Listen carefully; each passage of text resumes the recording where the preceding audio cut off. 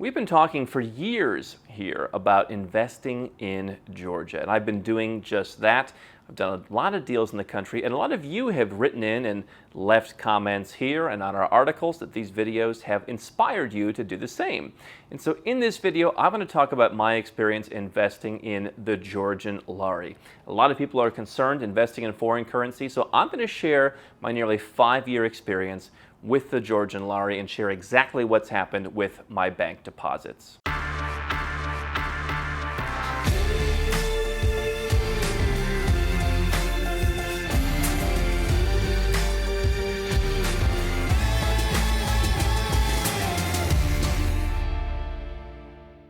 Hey guys, I'm Andrew Henderson, and if you'd like to learn how Nomad Capitalist and my team can personally help you create your holistic offshore plan to keep more of your own money and be more free and create more wealth, go to nomadcapitalist.com. Now, I've been, some would say, an advocate of Georgia for many years ago, and so if you have learned about Georgia and gone and opened a bank account or bought a property or lived in Georgia, leave a comment below. I want to see how many of you have taken advantage of this. But in this video, I want to talk to something that has concerned some folks, not just about Georgia, but about a lot of emerging markets, and that is the emerging market currencies. See, one of the things we talk about here is how to earn higher interest rates overseas. You can earn 4, 5, 6, even sometimes 7% in US dollars right now in emerging world banks. I saw one bank recently paying 4% on euros, which to me seems almost unheard of in a place that has basically negative interest rates. But the highest interest rates come from putting your money into emerging world currencies. And there are a lot of bad emerging world currencies, but the Georgian Lari, the currency of Georgia, is one that I have liked for a while. And what I'm going to do is walk you through 4 term deposits that I have placed in Georgian banks. I have accounts in a couple different banks, both in Georgian Lari and in US dollars. And I've earned as much as about 12.4% depositing my money in Georgian Lari. Now, anyone who's followed the currency knows that in about the last 5 years, it's gone from right around 2 to the dollar to recently hitting 3 to the US dollar. So it's gone down. A lot of that drop happened relatively suddenly several months ago when Vladimir Putin banned direct flights by Russian airlines to Georgia in response to some alleged protests that were going on where some politicians from Russia came or folks from the Russian institutions came and were in the Georgian parliament and people got upset. And so anyway, there was a bit of an incident. Now, up until then, I was doing relatively well with these deposits. I think my multi-year average was I was making about 7 or 8%, even with some of the currency depreciation.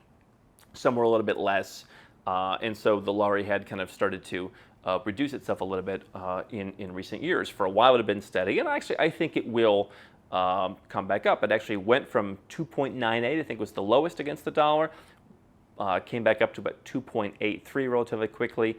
As I say this, now somewhere in the mid 2.8. So let me go through 4 different term deposits. Now, I've had more than 4. Some of these I've cashed out and put back into other currencies. I've been reducing liquidity lately.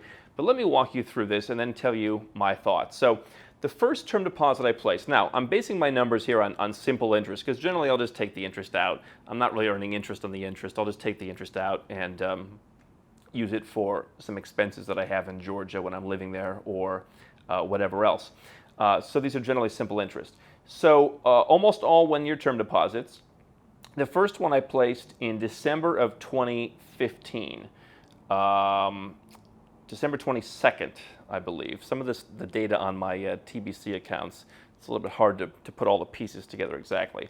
The Lari was right about 2.41 on that day, and I signed up.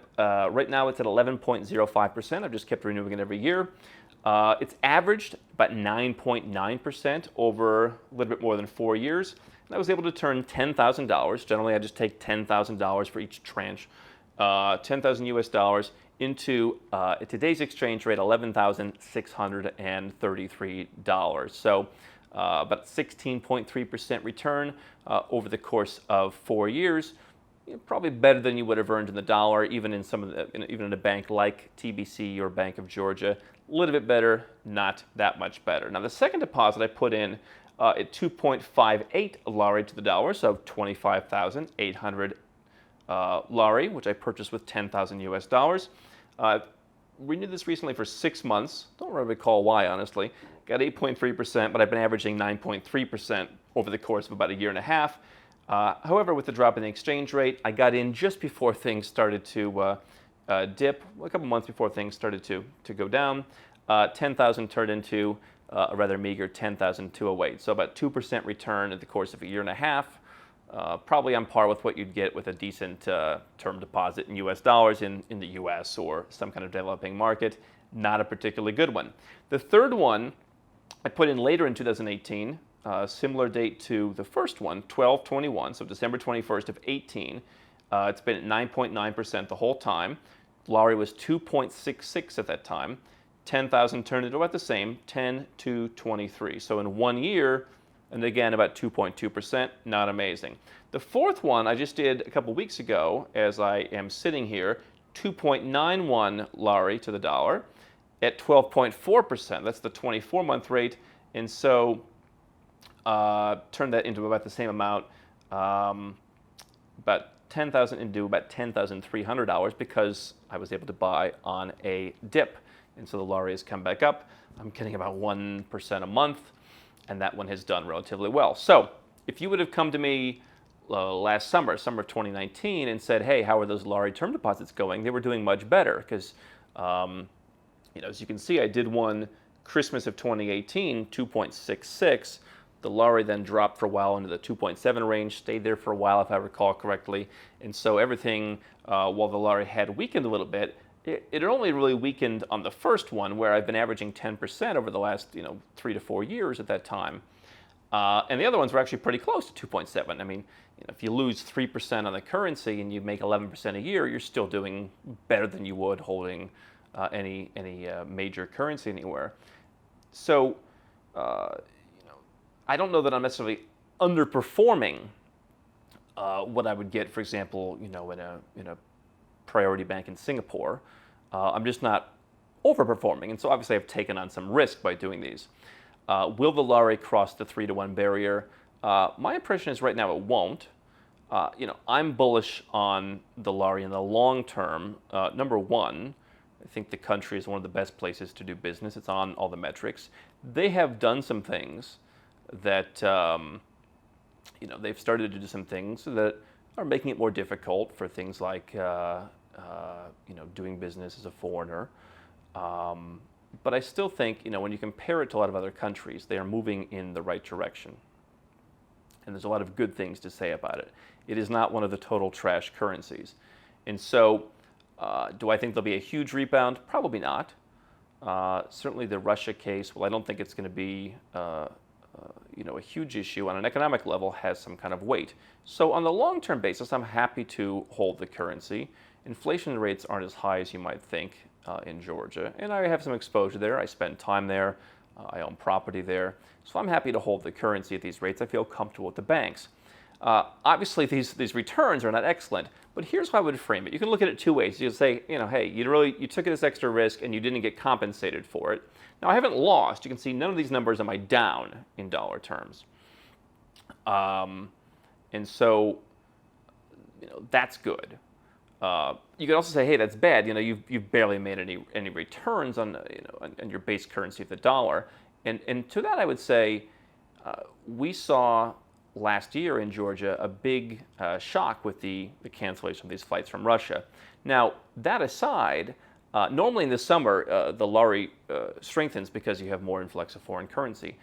Russia is a big source of tourists to Georgia, and so making it difficult for them to come certainly had an effect. That said, tourism numbers have been on a very steady increase in recent years.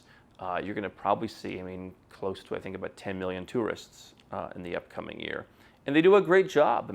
There are times, we had a bunch of folks come recently, and you arrive and they give you a bottle of wine. So they're really innovative in trying to drive tourism. They've been very successful at that. So I think in the long term you'll do well. But the point I'm making is, even in kind of this worst case scenario, where one of your largest tourist groups has it made much more difficult for them to come to your country, and you have this stress, you still haven't lost money. Still made basically the same kind of return you would have made parking your money in your home country. I don't necessarily think that going forward that's going to change. I don't think you're going to see some sudden drop off that you saw, for example, with the Turkish lira. I know there are people in this industry who say, hey, go out and get the 9% or the 12% or the 15% even in some countries, and you can make up for a lot of sins. Obviously, you don't want to go out and buy a garbage currency. The issue with Georgia has been, what's happening with Russia. This is more of an economic issue, and as that played out, you saw some chaos, but still the interest rate was high enough to cover it up. So you can draw your own conclusions. My conclusion from this is that in an not absolute worst case scenario, but in a bad scenario, you came out okay. You have to be very careful in picking emerging world currencies. I do think that there are some good banks in Georgia with good access, with good for nomads. I'm going to continue to keep a nominal amount of money in Georgia. It's a very small percentage of my net worth. I would encourage that you don't go and put half your net worth or even 10% of your net worth into some exotic foreign currency. But for 1% of your net worth or 2% of your net worth or maybe a portion of your income to diversify and get that exposure to a foreign bank, I think it's something that's worth considering. It's turned out, all things considered, okay for me, and still a viable option in my opinion for some people. How can Nomad Capitalist help you? 4 ways. Number 1, subscribe to our channel and click the notification bell to make sure you get our new video every day. Number 2, get a copy of Nomad Capitalist, the book. You'll learn a lot of my personal experiences over a dozen years of studying this stuff, as well as exactly some of the strategies that you can use to build your Nomad Capitalist plan. Number 3, if you're not sure where to start, but you want to come and learn from my team and I, you want to come and mingle with like-minded people, learn more about our live conference, Nomad Capitalist Live. It's coming up soon. And number 4, if you want some help right now because you've got a burning issue, you need something solved, you want to lower your taxes, get a second passport, or build the Nomad Capitalist lifestyle of your dreams, go to nomadcapitalist.com and click on Become a Client.